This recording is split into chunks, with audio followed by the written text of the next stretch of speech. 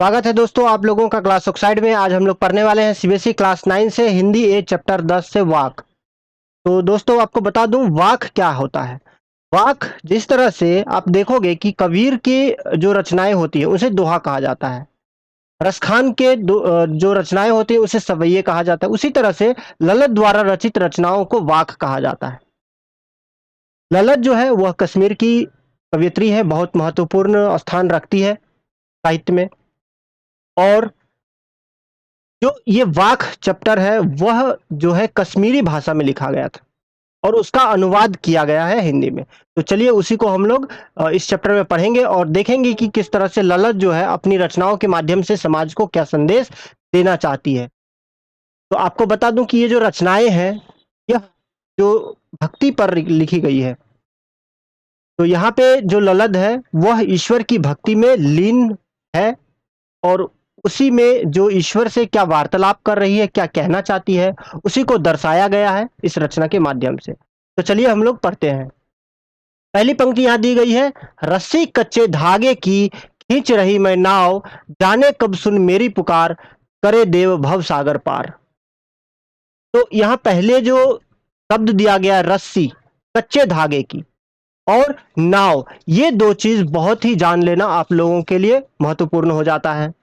यहाँ जो रस्सी कच्चे धागे की जो प्रयोग किया गया है वह हमारी जो सांसें हैं उनसे तुलना की गई है। और नाव जो है उसकी जो तुलना की गई है जीवन से की गई है। अर्थात हमारा जो जीवन है वह सांसों से चल रही है और वह अब क्या हो रही है, वह टूटने वाली है। अर्थात यहाँ कवियत्री कहने का प्रयास कर रही है कि जो हमारी सांसें हैं ये हमारे जीवन को, नाव रूपी जीवन को क्या कर रही है, खींच रही है। जाने कब सुन मेरी पुकार, करे देव भव सागर पार। और फिर कवियत्री कहती है कि जाने कब सुन मेरी पुकार। अर्थात यहाँ पे कवियत्री क्या कर रही है, ईश्वर को पुकार रही है। किस लिए पुकार रही है, तो भव सागर पार कर देने के लिए। तो भव सागर क्या होता है दोस्तों, तो भव सागर होता है यह संसार। अर्थात वह कवियत्री कहती है कि ये संसारिक मोह माया से उन्हें अब क्या करना, क्या होना है, अभी अब उनको मुक्त हो जाना है। अर्थात ईश्वर से कहती है कि हमें मोक्ष प्रदान करें। फिर आगे कहती है, पानी टपके कच्चे सकोरे, व्यर्थ प्रयास हो रहे मेरे। पानी टपके कच्चे सकोरे, व्यर्थ प्रयास हो रहे मेरे, जी में उठती रह रह हूक, घर जाने की चाह है घेरे। अब इस पंक्ति के माध्यम से जो कवियत्री है वह कह रही है पानी टपके कच्चे सकोरे। अर्थात पानी का जो यहाँ पे इस्तेमाल किया गया है वह एक प्रतीक के रूप में, सिंबल के रूप में इस्तेमाल किया गया है। किससे, समय से। जो पानी है वो टपक रही है यानी कि व्यर्थ हो रही है, बीत रही है, समय जो है वो बीत रही है। कच्चे सकोरे कहां से, कच्चे सकोरे यानी कि कच्चे सकोरे किसे कहा गया है, मिट्टी के घड़े को या बर्तन को। अगर मिट्टी के घड़े अगर कच्चे हो तो उसमें अगर पानी हम रखेंगे तो क्या होगा, उसमें पानी टिकेगा नहीं और वह निकल जाएगा, बह जाएगा सब। उसी तरह से हमारा शरीर भी है। इस शरीर से समय भी उसी तरह बह रहा है जिस तरह से कच्चे घड़े से पानी बह रहा हो। और जो कवियत्री का प्रयास है, कौन सी प्रयास है, तो बार बार ईश्वर से मिलने का जो प्रयास है वो व्यर्थ हो रहा है। अर्थात वह ईश्वर से नहीं मिल पा रही है। और जब नहीं मिल पा रही है ईश्वर से तो फिर कहती है जी में उठती रह रह हूक। अर्थात उसके मन में बार बार रह रहकर पीड़ा उत्पन्न हो रही है। इस बात के लिए, घर जाने की चाह है घेरे। अर्थात ईश्वर से मिलने की जो चाहत है वो बढ़ रही है, वो पीड़ा बढ़ रही है, वही कहने का प्रयास यहाँ पे कर रही है। अर्थात ओवरऑल अगर बताया जाए, यहाँ कवियत्री क्या कर रही है, ईश्वर की भक्ति में लीन होना चाहती है, ईश्वर से प्रार्थना करना चाहती है कि अब उन्हें इस जीवन से मुक्ति प्रदान करे।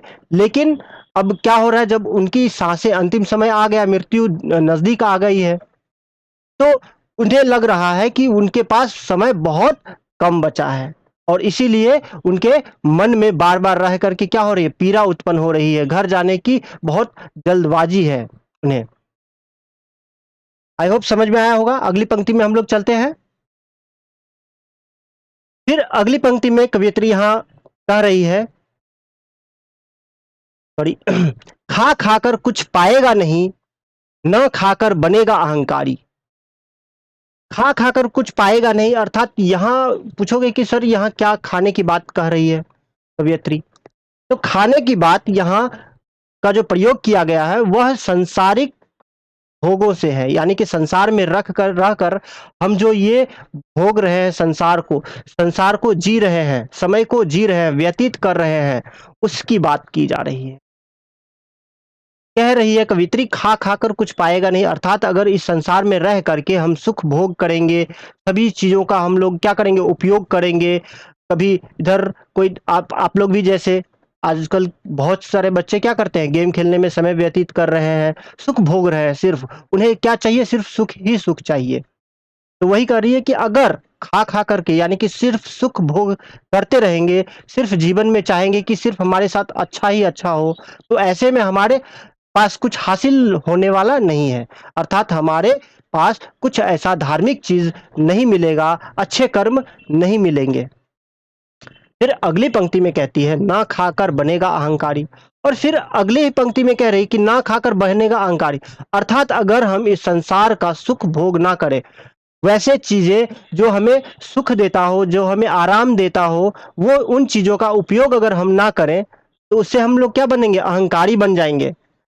तो कुछ व्यक्ति को आप देखोगे कि संसार में रह करके क्या करते हैं, बहुत सारा धन पैसे कमा लेते हैं और उसका सुख भोग करते हैं।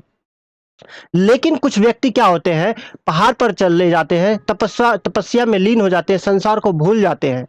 तो यहाँ कवित्री दोनों पर व्यंग कर रही है कि अगर हम सिर्फ संसार में रह करके बुरे कर्म करते रहे, सुख भोग करते रहे, उससे भी हमें कुछ लाभ नहीं होने वाला है। और अगर हम पहाड़ पर चले जाए, तपस्या में लीन हो जाए, साधु सन्यासी बन जाए, तो उससे भी हम क्या हो जाएंगे, उससे हम अहंकारी बन जाएंगे, हमारे अंदर जो है अहंकार की भावना, घमंड की भावना आ जाएगी। तो इससे उपाय क्या है, तो इससे उपाय के लिए कवियत्री कहती है, सम खा तभी होगा संभावी। सम खा तभी होगा संभावी, यानी कि समान भावना रखने से, समान भावना किसमें, इन दोनों में, संसार में रहते हुए भी हम लोग क्या करें, ईश्वर की भक्ति में लीन रहे, समाज के हितों के बारे में हम सोचें। ऐसे में होगा क्या, हम दोनों तरफ एक बैलेंस अप्रोच अपना रहे हैं, दोनों को बैलेंस करके चल रहे हैं, संसार को भी और जो ईश्वर की भक्ति को भी। ऐसे में क्या होगा, हमारे अंदर समभावी यानी कि समता की भावना आएगी, समानता की भावना आएगी। और इससे क्या होने वाला है, इससे क्या होगा कि खुलेगी सांकल द्वार, यानी कि हमारे अंदर के, हमारे हृदय के जो द्वार है, कौन सा द्वार, ईश्वर के मिलन की जो द्वार है वो खुल जाएगा, अर्थात हम ईश्वर से मिल पाएंगे। समझ में आया? तो चलिए फिर अगली पंक्ति में चलते हैं।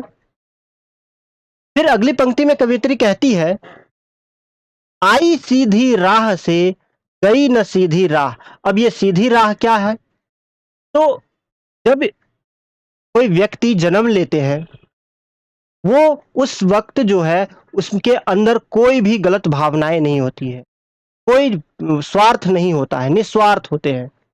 तो उसीलिए कहा गया, कवित्री कहती है कि आई सीधी राह से, जब इस संसार में हम आए हुए थे तब तो हम सही रास्ते पर थे, कोई हमारे अंदर स्वार्थ की भावना नहीं था, हम कुछ भी गलत नहीं करते थे, कुछ भी गलत सोचते नहीं थे।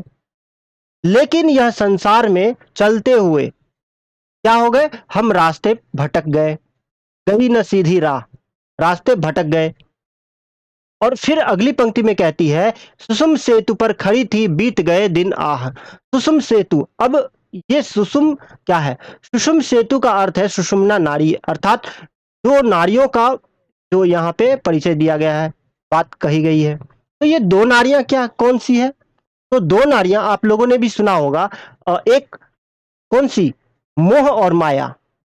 मोह और माया नामक दो नारियों की यहाँ बात की गई है। और ये जो दो नारियां हैं, एक व्यक्ति को क्या करते हैं, इस संसार में उलझा करके रख देते हैं, मोह और माया में फंस करके व्यक्ति के जो दिन है वो बीत गए। वही कह रही है कि बीत गए दिन आह, यानी कि इन मोह और माया में फंस करके, सांसारिक चीजों में फंस करके जो कवियत्री का जो जीवन है, पूरा जीवन वो बीत गए हैं, बीत गया। और अंत में जब उन्होंने क्या की, जेब टटोली कौड़ी न पाई, और जब अंत समय आ गया तो उन्होंने देखा कि हमारे पास बचा क्या है, हमने क्या अच्छे कर्म किए हैं। तो जेब टटोलने का अर्थ क्या हो गया? जेब टटोलने का अर्थ वही हो गया कि अपने अंतर मन में झांकना, अपने अंदर झांकना कि उन्होंने क्या अच्छे कर्म किए हैं। फिर बोलती है कि कौड़ी ना पाई, कौड़ी क्या है, अर्थात कुछ भी नहीं मिला। कौड़ी के भाव बोलते हैं ना हम लोग, तो कौड़ी ना पाई मतलब कुछ भी नहीं मिला। फिर बोल रही है माझी को दूं क्या उतराई, माझी को दूं क्या उतराई, अर्थात यह जब उन्होंने अपने अंतर मन में अपने बीते हुए समय में झांका तो उन्हें कुछ नहीं मिला, कुछ प्राप्त नहीं हुआ। तब वह सोचती है कि अब मैं माझी माझी को क्या उतराई दूं। यहाँ माझी का उपयोग क्या किस लिए किया गया है? नावी से। शुरू में मैंने बताया था ना, नाव। तो एक एक किनारे से दूसरे किनारे जाने के लिए नाव का इस्तेमाल हो रहा है। तो नाव क्या है? जीवन, यानी कि जीवन से मरण तक जाने के लिए, पूरा जीवन व्यतीत करने के लिए हमें इस शरीर का जो है जीवन का जरूरत पड़ती है, और उसको ले जाने का काम कौन कर रहे हैं? नाविक। नाविक कौन है यहाँ पे? तो ईश्वर। ईश्वर का प्रतीक यहाँ पे माझी को बताया गया है। और उन्हें हमें कुछ देना पड़ेगा, इस जीवन का, ये जीवन हमें देने के लिए उन्हें कुछ देना पड़ेगा।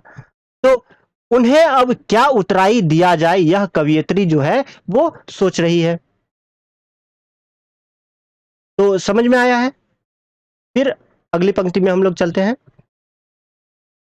फिर यहाँ पे कवियत्री कहती है थल थल में बसता है शिव ही। अब यहाँ कवियत्री क्या कर रही है? जो ईश्वर है वहां वो समूचे जगह पे, हर जगह विराजमान है, वो बता रही हैं। क्या बोल रही है? थल थल में बसता है शिव। थल थल क्या है? तो हर जगह, हर एक जगह में ईश्वर का वास है। आप लोगों ने भी अपने माता पिता से सुने होंगे कि ईश्वर तो हर जगह है। तो शिव, यहाँ शिव क्या? शिव ईश्वर के प्रतीक को बता, ईश्वर के प्रतीक है। भेद न कर क्या हिंदू क्या मुसलमान।